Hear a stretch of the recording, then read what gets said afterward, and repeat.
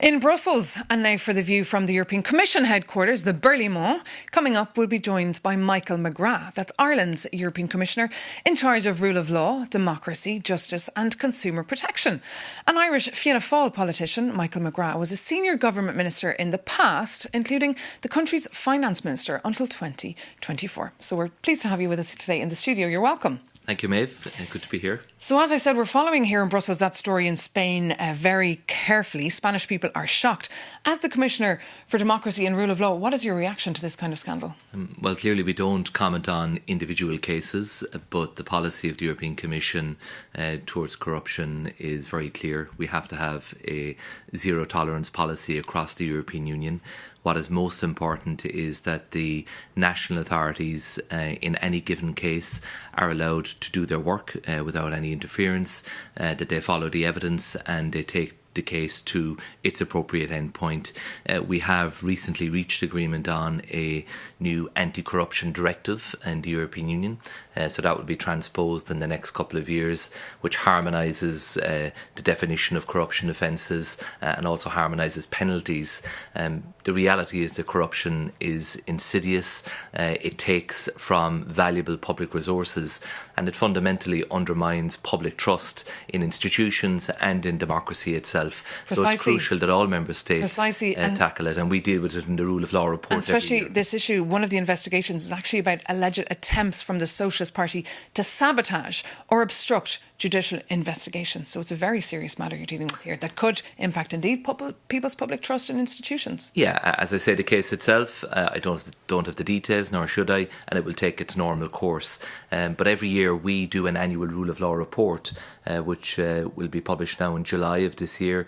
It looks at every single country of the European Union across a number of headings, including under the heading of corruption, and examines the country's track record of investigating, prosecuting and securing convictions in respect of corruption cases, particularly high-level corruption cases, because of course the more senior the level, then the more serious the damage is done to public trust and indeed to the institutions themselves. And let's talk about Hungary. The Viktor Orban era is over. Peter Magyar is in Brussels for talks. Will he get those billions of funds back, do you think? So the Prime Minister will be meeting with Ursula von der Leyen, the Commission President, tomorrow. We have made a good start in resetting the relations with the Hungarian government. We are there as a Commission to work with them and support them on the path to restoring rule of law and commitment to respecting fundamental rights of all citizens in Hungary. Sounds like they're not ready then. Are they ready then? Sounds like from what you're saying they're not ready. Discussions are ongoing. I will be visiting Budapest next week and I'll be meeting with the new Hungarian Justice Minister again to agree on the reforms and look at the progress that they intend to make over the months ahead. And why was there confusion? We are there to work with them and support them. Why was there so much confusion and mystery about the meeting between Ursula von der Leyen and Peter Magyar? I'm not sure there was mystery or confusion, but these things often are only nailed down quite late on. That's the reality. Will they have dinner? Given schedules and timetables. I don't know the detail of their engagement, but the important thing is that they will meet and they will continue the substantive discussions on the issue at hand. And that is about how the European Commission can support the new Hungarian government in their efforts to restore rule of law in Hungary and ensure that the necessary reforms can be implemented. So we will support them, and so far they have demonstrated a very clear and steadfast commitment on this path, which will help to serve the best interests of the Hungarian citizens at the end of the day. And just back on your file when it comes to tech, etc., you'll be coming out soon with a proposal to wean off our dependency on big US tech, promote our own homegrown cloud technology, etc. Can you confirm this plan?